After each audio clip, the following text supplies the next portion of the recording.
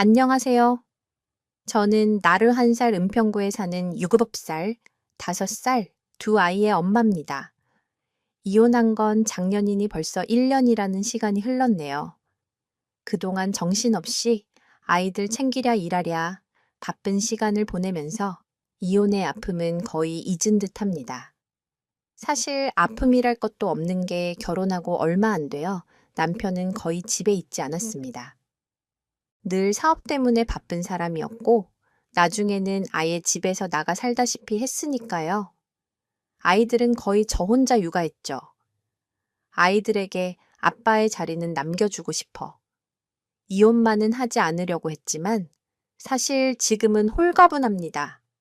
참고 살아온 세월이 억울하지 않냐고 물으신다면, 왜 억울한 것이 하나도 없겠습니까? 그렇지만 지금은 아이들과 먹고 사는데 걱정 없고 경제적으로 여유 있는 것으로 우리 아이들과 저의 남은 삶을 지킬 수 있다는 것에 만족하고 있습니다. 저는 남편과 33살에 결혼했습니다. 결혼이 좀 늦은 나이였죠. 지인의 소개로 만났고 남편은 저보다 2살이 많았어요. 저는 초등학교 교사입니다. 말없고 수더분한 인상의 평범한 외모인 반면 남편은 키도 크고 노는 것도 좋아하고 활달한 성격이었어요.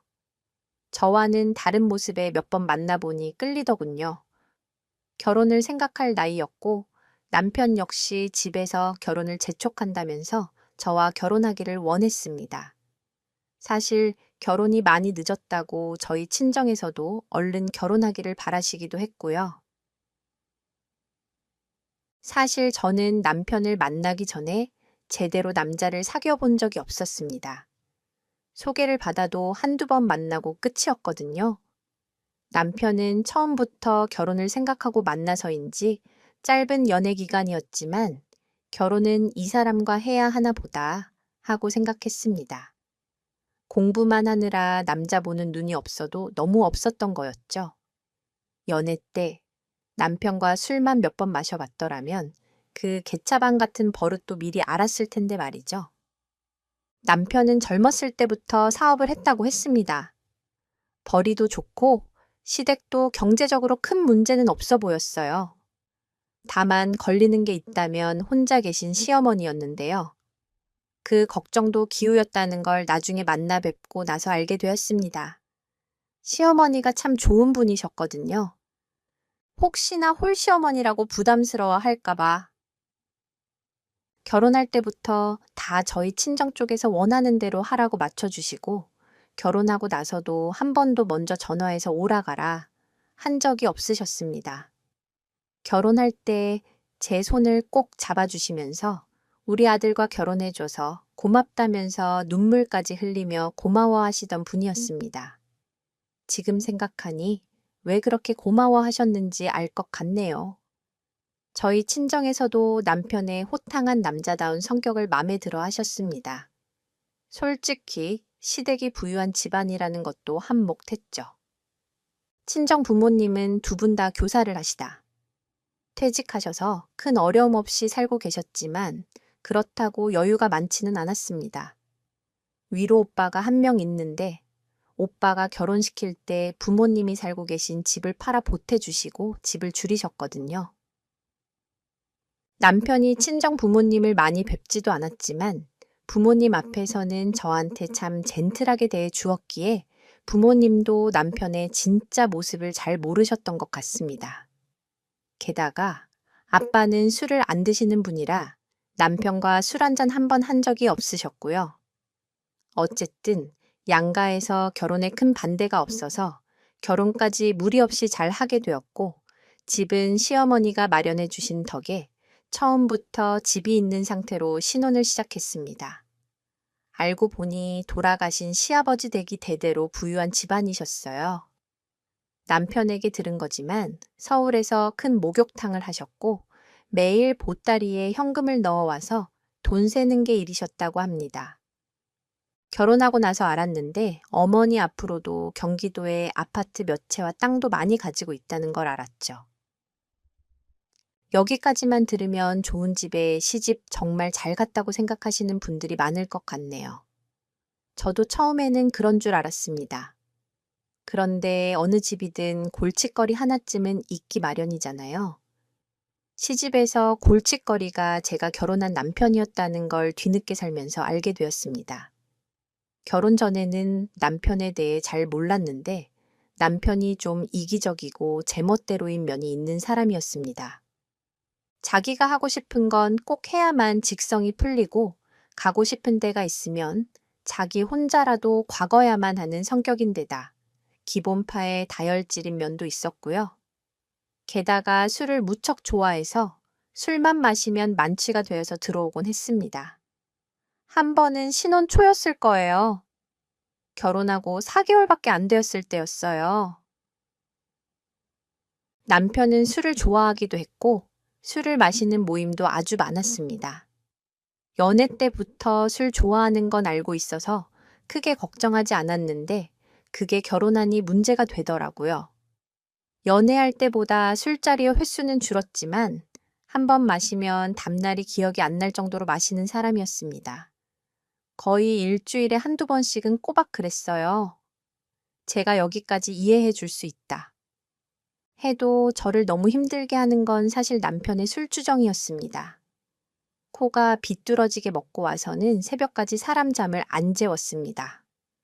계속 말을 걸거나 한 잔 더 하겠다며 옆에 있어 달라거나 진짜? 최악은 자기 기분 안 맞춰주면 소리도 지르더군요. 술 취한 사람에겐 말이 안 통하니 술이 깨고 나서 남편에게 몇 번을 말했습니다. 여보, 당신 자꾸 술 마시면 나 정말 힘들어. 술 마시는 거 뭐라 하는 게 아니라 매번 먹을 때마다 이렇게 인사불성이 돼서 오는 게 나는 불편하고 싫어. 제발 술 좀 줄여면 안 돼. 그러다 사고라도 나면 어쩌려고 그래.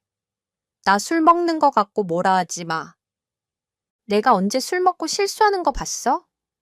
길을 잃어버리길래 사고를 내길래? 나 정도면 많이 먹는 것도 아니니까 잔소리 그만해. 제가 조곤조곤 이러이러해서 내가 너무 힘들다. 타일러 받고요. 화도 내보고 사람들 앞에서 망신도 줘봤습니다.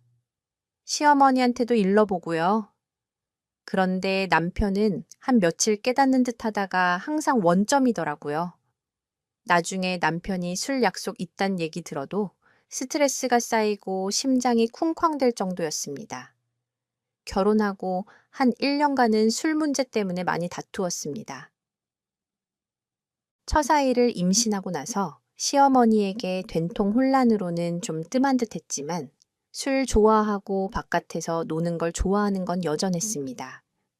저는 큰아이를 낳고 나서 20개월도 안 돼서 또 둘째를 가지는 바람에 다니던 직장을 휴직했습니다. 도저히 직장에 다니면서 아이들을 돌볼 수가 없더라고요. 남편은 아이들을 이뻐하긴 했어요. 제 자식이니까요. 그런데 이뻐만 할 줄 알지 도와주는 게 하나도 없었습니다. 육아는 거의 오롯이 제 몫이었어요. 제가 육아로 지치다 힘들다 보니 남편이 그렇게 미웠습니다. 다투는 것도 서로 할 말이 있을 때나 다투는 거죠. 점점 서로 대화도 줄고 남편은 집에 오면 저를 아예 쳐다보지도 않고 애들만 잠깐 예뻐해주고는 자기 방으로 들어가 자기 할 일을 했습니다. 무미건조한 결혼 생활이었지만 아이들이 있으니 유지하면서 살고 있었어요.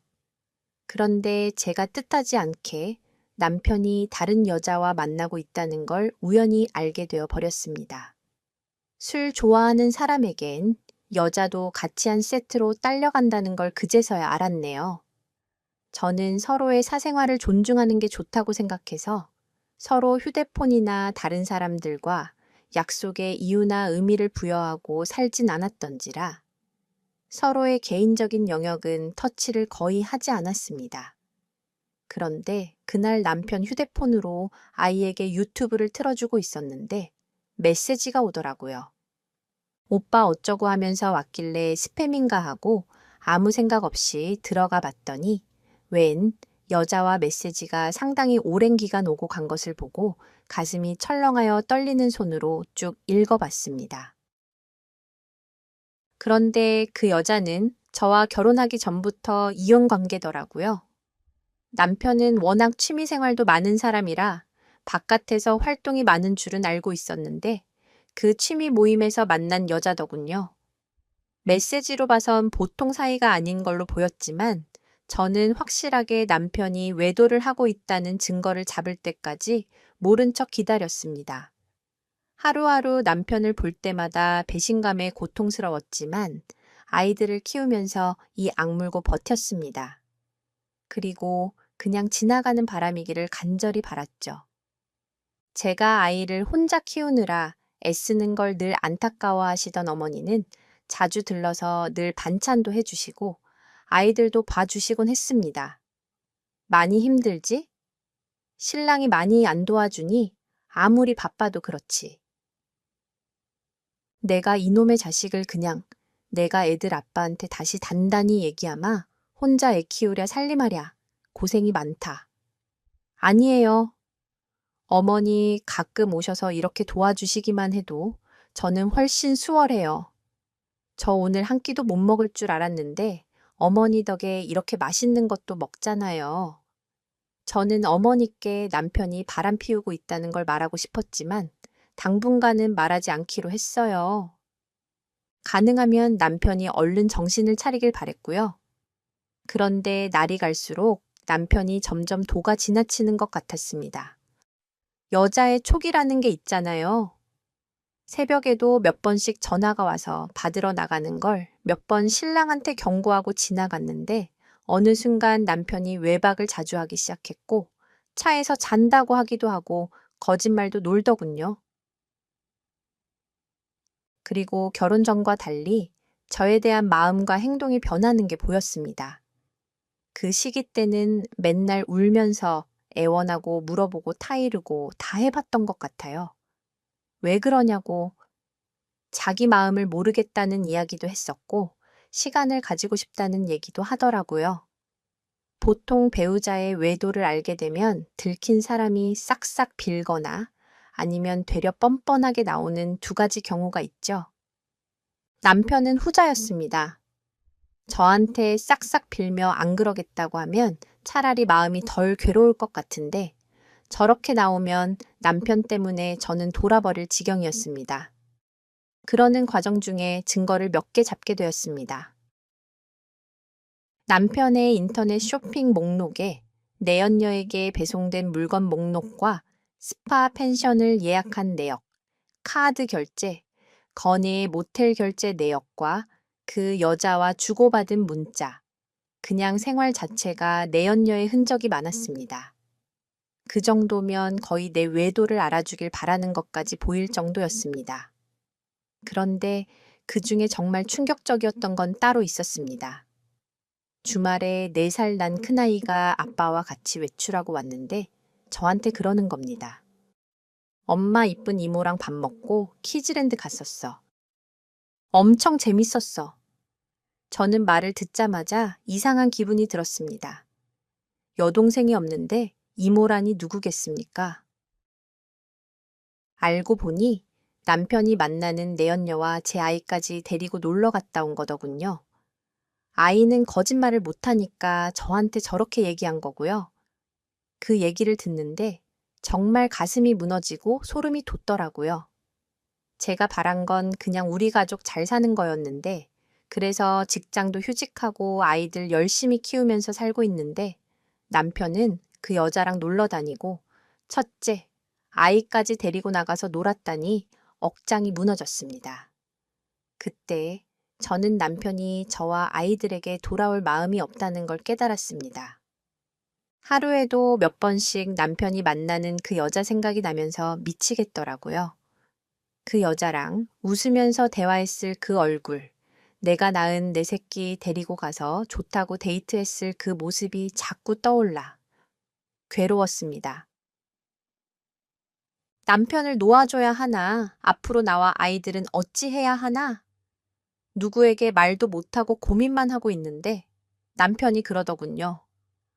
우리 그만하자. 당신 알고 있지. 나 여자 있는 거. 나 그 여자 정말 좋아해. 더 늦기 전에 다시 시작하고 싶어. 내가 이혼해 줄 테니까 너도 새 출발해. 애들 양육비는 내가 보내줄게. 이렇게 사는 게 의미가 없을 것 같다. 사람이 어떻게 이렇게 무책임할 수 있어? 당신 여자 만나는 거 알면서도 말 안 하고 참고 있었던 거 몰라. 우리 애들 때문이야. 당신 좋아서 참은 게 아니라고. 당신은 애들이 불쌍하지도 않아. 난 못해. 난 절대 그 여자랑 당신이랑 잘 사는 꼴 못 봐. 이혼 못 해주니 그렇게 알고 집을 나가든지 말든지 마음대로 해. 우리 집 재산 때문에 이혼 못 해준다는 거잖아. 내가 모를 줄 알아. 당신 맘대로 해봐. 나는 더 이상 당신 얼굴 보고 살기 싫으니까 크게 다툰 후 남편은 짐을 챙겨 집을 나가버렸습니다. 아마 그 여자한테 간 거겠죠. 증거들을 잡기 전까지는 저 혼자 죽고 싶었거든요. 내가 정신병이 있나? 의부증이 있나? 그런데 증거를 확인하는 순간 제 인생이 무너지는 것 같았습니다. 결혼 생활 3년간 출산해서 아이 키우느라 정신없었던 제게 남은 건 바람 피운 남편밖에 없더라고요. 저는 이제 시어머니와 친정 부모님께 남편이 바람 피운 사실을 숨길 수가 없어 양계 이 사실을 다 털어놓게 되었습니다. 친정엄마는 사실을 듣고 몸져 누우셨고 시어머니는 아예 우리 집으로 달려오셨습니다. 아이고, 애미야 애들 아빠 지금 어딨냐? 어머니, 애들 아빠 집 나간 지 며칠 되었어요. 제가 연락해도 받지도 않고요. 이혼하자고 하는데 저 어떻게 해야 해요? 어머니, 네가 원하면 이혼해라. 엄마가 너한테 면목이 없구나. 너 하고 싶은 대로 해. 아니요. 어머니, 제가 이혼해주면 남편이 그 여자랑 걸릴 것 없이 새 출발할 거잖아요. 우리 애들 불쌍해서 저 그런 꼴 못 봐요. 저 절대 순순히 남편이 원하는 대로 이혼은 못 해주겠어요. 남편이 미워서 다 때려치우고 이혼해버리고 싶은 마음도 있었지만 너무 분하고 화가 나서 순순히 이혼해주고 싶지 않았습니다. 아이들만 생각하면 맨날 눈물이 나고 남편과 살아야 할 이유를 모르겠어서 당장 이혼해버릴까 싶어도 그 여자랑 얼마나 즐겁게 살까 생각하니 너무 억울하고 분하더라고요. 못난 마음인 거 알지만 하루에도 몇 번씩 마음이 오락가락하며 괴로웠습니다. 이 일로 충격을 받으셨는지 어머니는 한참을 알아놓으셨습니다. 남편은 사업은 아예 직원들한테 맡겨놔버리고 대놓고 그 여자랑 여행도 다니고 아주 재밌게 사는 것 같더군요. 소문을 들으니 그 여자한테 집도 얻어준 것 같았습니다. 아무것도 못하고 당하고만 있는 제가 너무 바보 같고 싫었습니다. 자존감도 바닥을 쳤죠. 그 후 남편은 아예 대놓고 두 집 살림을 시작했습니다.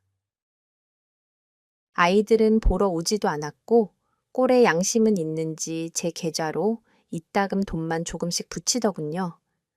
저는 생활이 힘드니 학교에 복직을 해야 했습니다. 아이들은 가까이 계시는 시어머니가 봐주시기로 하셨죠. 어머니는 남편이 집을 나가고 나서 거의 매일 우리 집에 오셔서 애들을 봐주시고 밥도 해주셨습니다. 제가 설거지라도 하려고 하면 힘들다고 하지 말라시면서 앞치마도 못 두르게 하셨어요. 항상 저한테 미안하다고 하시면서 가끔 우시게도 했습니다. 미안하다. 내가 자식을 잘못 키웠어. 잘못 키운 자식.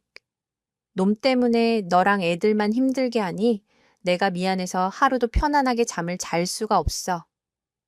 해달라는 거 다 해주고 오냐오냐 키웠더니 결국 이 사달을 내는구나.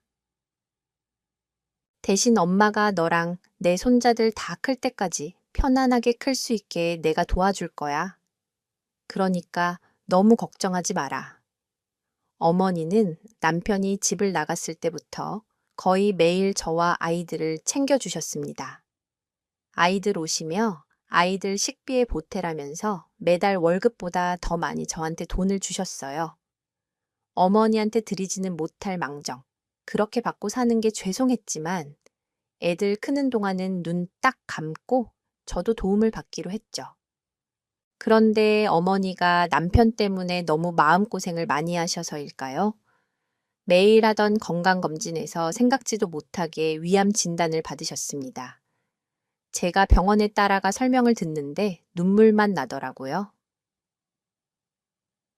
수술은 가능하지만 이미 전이도 있고 나이가 많으셔서 얼마간 버티실지 모르겠다는데 다시 한번 억장이 무너졌습니다.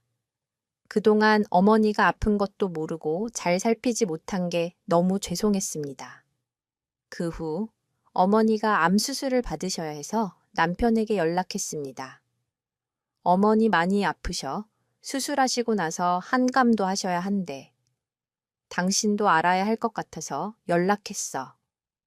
다음 주에 수술하시니까 당신도 와서 어머니 얼굴 봐야지.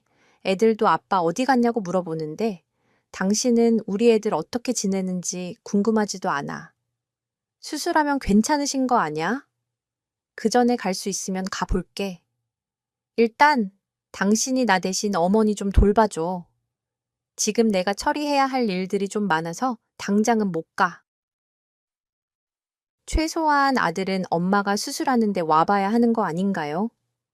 그런데 찾아오겠다는 남편은 제 문자의 모든 보호자 역할을 내게 이름할 테니 애써 달라고 짤막하게 문자 한 통을 보내놓고는 한 번도 찾아오지 않았습니다. 병원비도 한 푼도 내지 않았고요. 저는 더 이상 남편에게 연락하지 않았습니다. 자기 어머니가 아프시다는데도 외면하는 사람인데 나도 이제 그만 이혼을 해야겠다는 생각이 들었어요. 언제부턴가 아이들 앞으로 보내주던 돈도 안 보낸 지 한참이었죠. 차라리 깨끗이 이혼하고 양육비를 받는 게 낫겠다 싶었어요. 어머니는 암 수술하시고 힘든 한감을 하시느라 나날이 수척해지셨습니다. 마음이 그렇더라고요. 남편만 보면 정말 너무 미운데 저한테 애써주시고 같이 가슴 아파해 주시던 어머니가 아프시니 그 앞에서 당신 아들과 이제 이혼하고 내 갈 길 가겠다는 말이 안 나오더군요. 그래서 당분간은 남편과의 이혼 문제보다도 어머니 건강을 회복하는 데 신경을 쓰기로 했죠. 다행히 어머니는 수차례 한감을 잘 마치시고 체력도 많이 회복하셨습니다. 그전처럼은 아니지만 집안일도 조금씩 하시고 음식도 조금씩 하시게 되었어요. 저는 어머니와 제 아이들이 많은 추억을 만들 수 있도록 주말이면 다 같이 가까운 곳으로 가서 맛있는 것도 먹고 아이들과 사진도 많이 찍어 드렸습니다. 내가 우리 큰손주 학교에 입학하는 건 보고 죽어야 할 텐데 우리 손주들 다 크는 거 보고 죽어야 하는데 어쩔까 모르겠다. 나 가고 나면 너 혼자 쩔쩔맬 거 생각하니까 내가 가슴이 너무 아파. 내 아들 때문에 가슴에 피명 들고 살게 해서 미안하다. 어머니 걱정 마세요. 우리 애들 고등학교, 대학교 갈 때까지 건강하게 사실 거예요. 이제 미안하다는 말씀 그만하세요. 저 어머니 덕분에 직장 생활도 편안히 하고 애들도 이렇게 잘 키우고 있잖아요. 어머니는 틈만 나면 저에게 미안하다는 말씀을 입에 달고 사셨습니다. 제가 어찌 어머니 마음을 모르겠습니까? 아이들 생각하면 가슴 아프고 미안한 심정은 마찬가지였습니다. 어머니는 2년을 더 버티셨지만 제 큰아이가 16살이 되던 해를 넘기지 못하셨습니다. 방광으로 전이가 되면서 급속도로 상태가 안 좋아지셨고 마지막 한 달 사이에는 폐에도 물이 차는 바람에 집에서 더 이상 모실 수가 없었습니다. 어머니는 결국 병원에 입원을 했는데 마지막에 너무 힘들어 하시던 모습이 아직도 생생해서 가슴이 아픕니다. 어머니는 돌아가시기 직전까지 숨을 몰아쉬며 힘들어 하시면서도 저와 아이들 얼굴을 다 보시고 말씀도 하셨습니다. 저한테 미안하다고 마지막까지 말씀하시는데 어머니가 너무 불쌍하고 안타까웠습니다. 어머니는 병원에 입원한 지 채 이틀이 지나지 않아 돌아가셨고 가시는 날까지 저 힘들게 하는 거 하나 없이 너무나 깨끗하게 가셨습니다. 어머니 위독하실 때 남편에게 여러 번 연락했지만 남편은 어쩐 일인지 전화도 받지 않았습니다. 결국 자기 어머니 돌아가시는데 임종도 못 지킨 불효자식으로 남았죠. 빈소를 차리고 가족들에게 연락을 하니 장례식장에 남편이라는 사람이 나타났습니다. 어머니가 돌아가시고 나서야 상조 노릇하겠다면서 빈소에 나타난 남편은 어머니 영정 사진 앞에서 엎드려 엉엉 울더군요. 어머니한테 불효막심한 짓을 한 걸 후회라도 하는 줄 알았습니다. 그런데 한참을 울고 상복을 갈아입은 남편이 저에게 오더니 갑자기 저에게 뺨을 날리는 게 아니겠어요? 당신 이게 무슨 짓이야? 미쳤어. 사람들 있는 데서 날 왜 때려? 남편이 제 뺨을 갑자기 때릴 거라고는 생각도 못했던 일이라. 바닥에 주저앉아 남편에게 소리쳤습니다. 아직 빈소에는 가족들이 거의 도착을 안 해서 남편을 말릴 친정 식구도 없었고 상조의 직원들만 놀라 저와 남편을 번갈아 쳐다볼 뿐이었습니다. 야, 너 때문에 우리 엄마 죽은 거잖아. 네가 똑바로 모셨어 봐. 한 달 전까지만 해도 거동도 하시던 분이 갑자기 왜 돌아가시겠어? 며느리가 됐으면 시어머니를 똑바로 모셔야지. 네 부모처럼 생각 안 하니까 우리 엄마 죽은 거잖아. 남편은 제가 어머니를 잘 모시지 못해 일찍 돌아가신 거라면서 원망의 말을 저에게 쏟아냈습니다.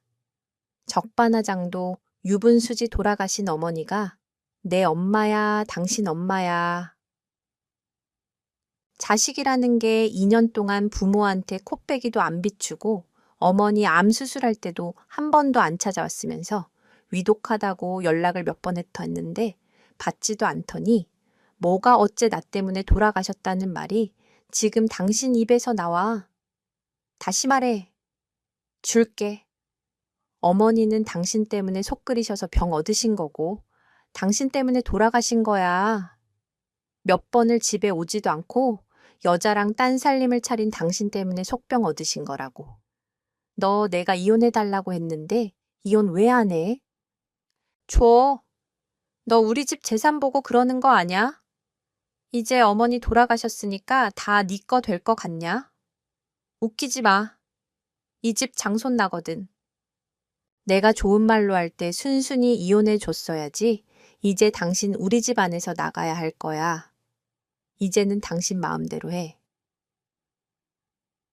내가 당신 좋아서 이혼 안 하고 이제껏 산 줄 착각하나 본데 나 이혼 안 하고 산 거 애들하고 어머니 때문에 참은 거야.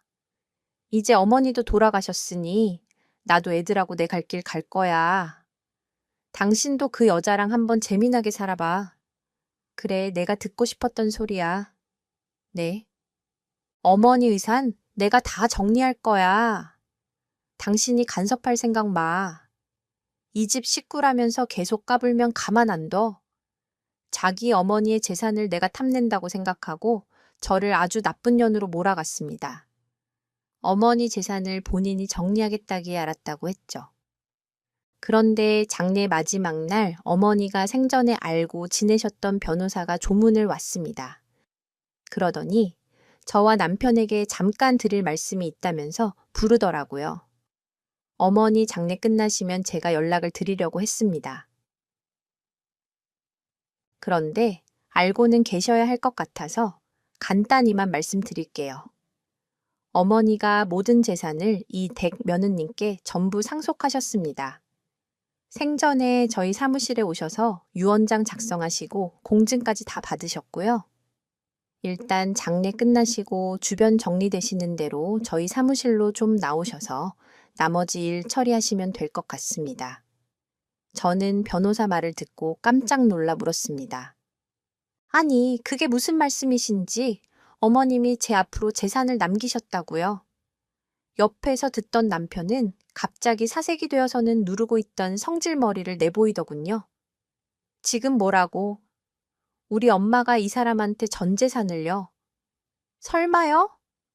아들이 있는데 우리 엄마가 그러실 리가 없죠. 변호사님 다시 말씀해 보세요. 뭔가 잘못된 것 같은데 그럴 리가 없다고요. 그거 취소할 방법은 없나요? 아니, 내 동의도 없이 그럴 순 없는 거잖아요. 남편은 장례식장에 손님들은 아랑곳하지 않고 난리를 치더군요. 변호사도 당황했는지 고인이 되신 분, 유언장 내용은 취소가 불가능합니다. 변경도 할 수 없고요. 지금으로서는 남편분이 물려받을 재산은 아무것도 없습니다. 저는 이만 가보겠습니다. 궁금하신 사항은 장례 끝나시고 연락 주세요.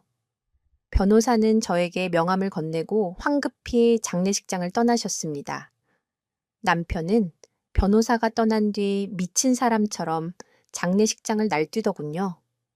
제 멱살을 잡더니 내년이 우리 엄마한테 그렇게 해달라고 한 거지. 이혼 안 해준 이유가 이거였네. 내 생각이 맞았어. 이러면서 저를 바닥으로 패대게 쳤고 그걸 본 식구들이 남편을 양쪽에서 잡고 말리고 아수라장이 되었습니다. 저는 한 번만 더 내 몸에 손대면 어머니 장례식도 못 보게 지금 바로 경찰을 부르겠다고 했습니다. 어머니 곱게 보내드리고 싶었는데 장례식장에서 이게 무슨 난리인지 돌아가신 어머니께 끝까지 면목이 없었습니다. 자식이라는 사람은 엄마 임종도 못 지켰으면서 유언 내용이 마음에 안 든다고 저렇게 부모 장례식에서 행패를 부리다니 참 나쁜 사람이었습니다. 어머니가 저한테 전 재산을 남기셨다는 사실은 저 또한 정말 몰랐습니다. 어머니도 형제 자매가 있으셨고 아버지 쪽 가족도 있었기에 그 사실을 믿기가 어려웠습니다. 물론 어머니가 재산이 있으신 분이라 당연히 우리 아이들 앞으로는 얼마간 해주실 거라 막연히 짐작만 했지 이렇게 전 재산을 주실 거라곤 생각지도 못했습니다. 어머니 장례는 그렇게 난리통 속에 어찌어찌 치렀습니다. 중간중간 상주인 남편이 술을 많이 먹고 행패를 부려 작은아버지네 식구들이 남편을 데리고 나가기도 여러 번이었죠. 그렇게 힘들게 어머니 장례를 치르고 저는 명함을 준 변호사 사무실로 찾아갔습니다. 어머니가 물려주신 재산 처리 때문에 찾아왔습니다. 네, 장례는 잘 치르셨습니까? 일단 어머니가 며느님께 남기신 재산이 상당합니다. 아시겠지만 살고 계시는 아파트 외에 3채를 더 보유하고 계시고요. 파주에 땅도 있습니다. 예금 재산도 있고요.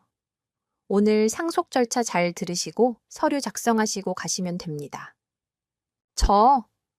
그런데 아무리 어머니가 저한테 모든 재산을 남기셨어도 제가 마음이 편치가 않네요.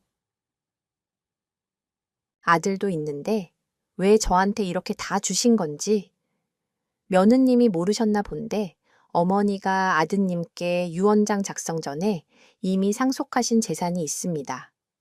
아파트 한 채랑 소유하고 계신 땅의 일부 지분은 이미 아드님께 드렸어요. 모르셨나요?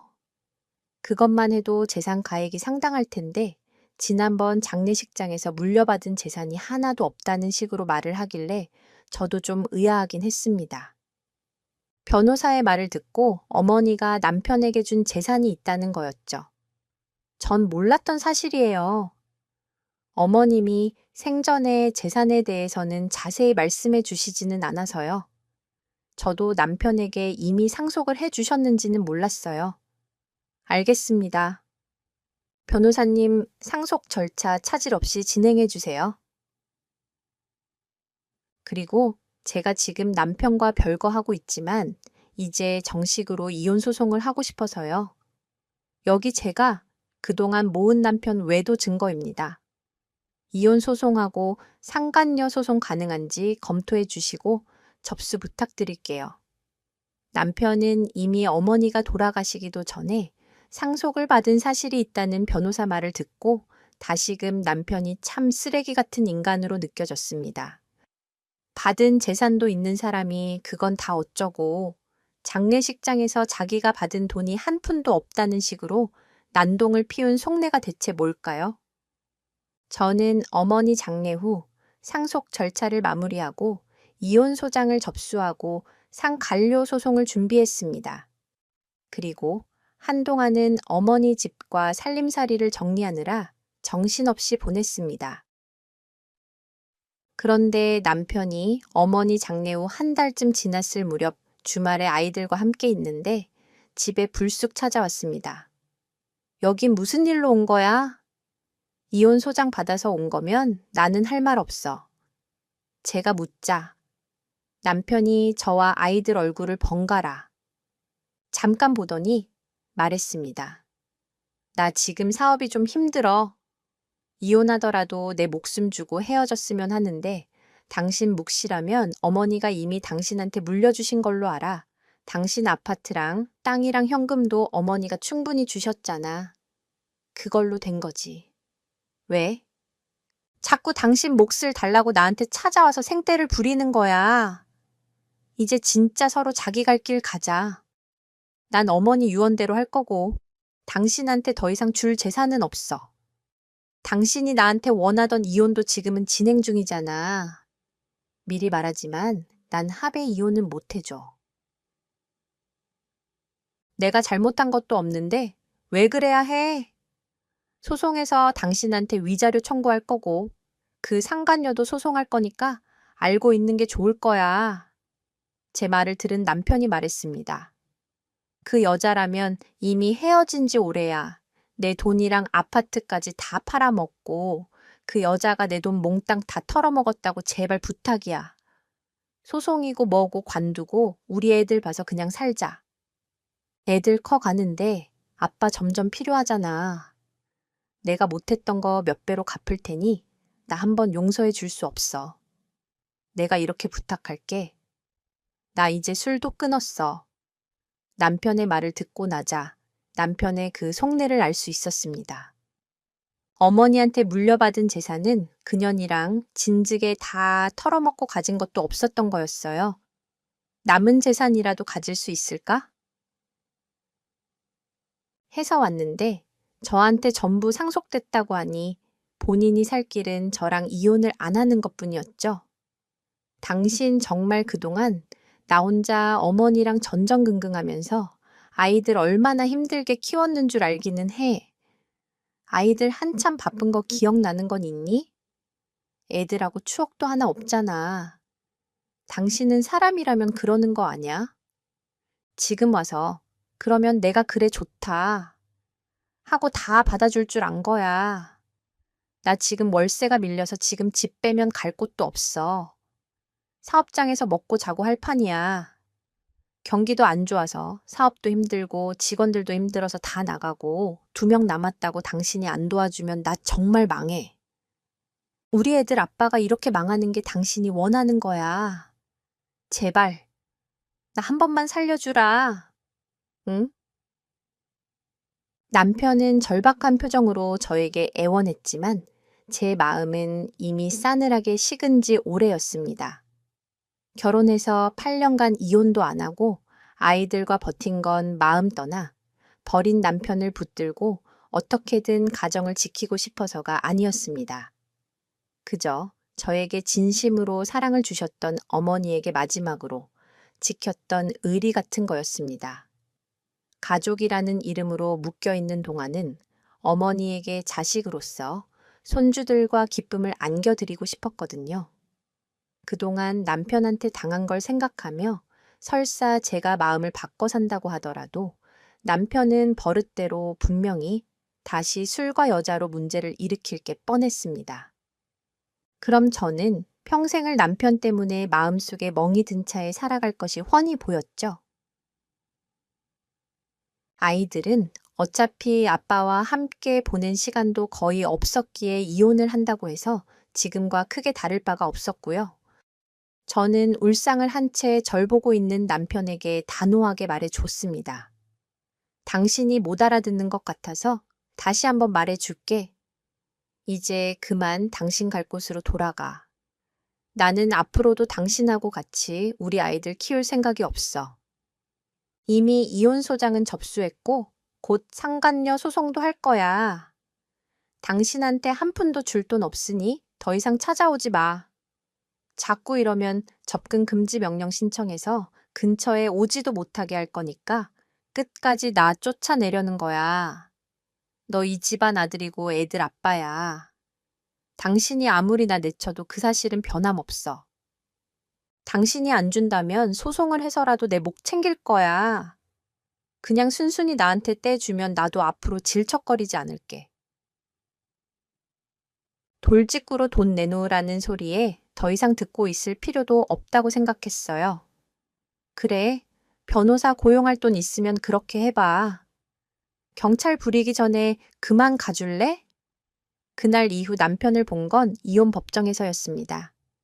제가 원하는 대로 이혼은 마무리되었고 아이들 친권과 양육권도 모두 제가 가지고 왔습니다. 위자료도 3천만 원 받기로 했고 상간녀 소송도 지금 진행 중입니다. 소송이 마무리되려면 좀 더 시간이 걸릴 듯하지만 할 수 있는 한 우리 가정을 파탄낸 남편의 내연녀에게도 꼭 책임을 묻고 싶네요. 큰아이는 내년에 학교 입학을 앞두고 있습니다. 어머니가 돌아가시기 전에 입버릇처럼 큰손주 학교 입학하는 것만 보고 죽고 싶다고 하셨는데 결국 못 보고 돌아가셔서 얼마나 가슴이 아픈지 모릅니다. 아이들도 할머니를 가끔 얘기하면서 보고 싶어 하고 있고요. 가끔 어머니 모신 납골당에 아이들과 함께 찾아가곤 합니다. 저는 이혼 후 살고 있는 집을 처분하고 친정 근처로 와서 살고 있어요. 아이들도 저도 이제는 많이 안정되었습니다. 남편에 대해서는 이혼 후 소식을 듣긴 했습니다. 사업이 잘 안 돼서 빚더미에 올랐다고 하더라고요. 시가에 작은 아버지를 찾아가서 돈까지 빌려달라고 하고 안 된다고 하자 행패를 부렸다고 합니다. 솔직히 망해가는 남편에게 어느 누가 돈을 빌려주겠습니까? 그냥 못 받을 돈으로 생각하고 준다면 몰라도요. 그 주제에 여자는 포기를 못하겠는지 여자도 같이 산다고 하더군요. 역시 제 버릇게 못 준다는 말이 정말 맞는 말인가 봐요. 아직은 살만하니 여자도 붙어 있나 보다 생각했습니다. 제 얘기를 하면 주위에서는 시어머니가 며느리에게 재산 물려줬다는 걸 처음 봤다면서 신기해합니다. 제 경우가 흔히 있는 일은 아니지요. 하지만 어머니가 제일 바라셨던 건 아들과 제가 같이 화목하게 아이들 키우면서 잘 사는 거였을 거예요. 아들이 남편 노릇 아빠, 노릇 제대로 못하는 걸 가슴 아파하셨던 거 누구보다 제가 잘 알고 있습니다. 만약 그 상황에서 어머니가 아들 편에 서서 저를 몰아붙이셨다면 저도 어머니에게 돌아섰을 겁니다. 하지만 어머니는 늘 제 편을 들어주셨고 그런 어머니 고운 마음 씀씀이가 다 본인 복으로 돌아갔다고 생각합니다. 저도 어머니가 저와 아이들에게 베풀어 주셨던 사랑 잊지 않고 앞으로 아이들과 용기 내서 잘 살아가고자 합니다. 제 얘기는 여기까지입니다. 재미있게 들으셨나요? 마지막으로 한 가지 꼭 말씀드리고 싶은 건 나쁜 짓을 하면 반드시 본인에게 업으로 돌아간다는 사실입니다. 제 전남편만 보더라도 그걸 알 수 있죠. 제 사연 들어주신 모든 분들도 부업 짓지 말고 좋은 덕만 쌓으시면서 가정에 충실히 서로 사랑하며 사셨으면 좋겠습니다. 감사합니다.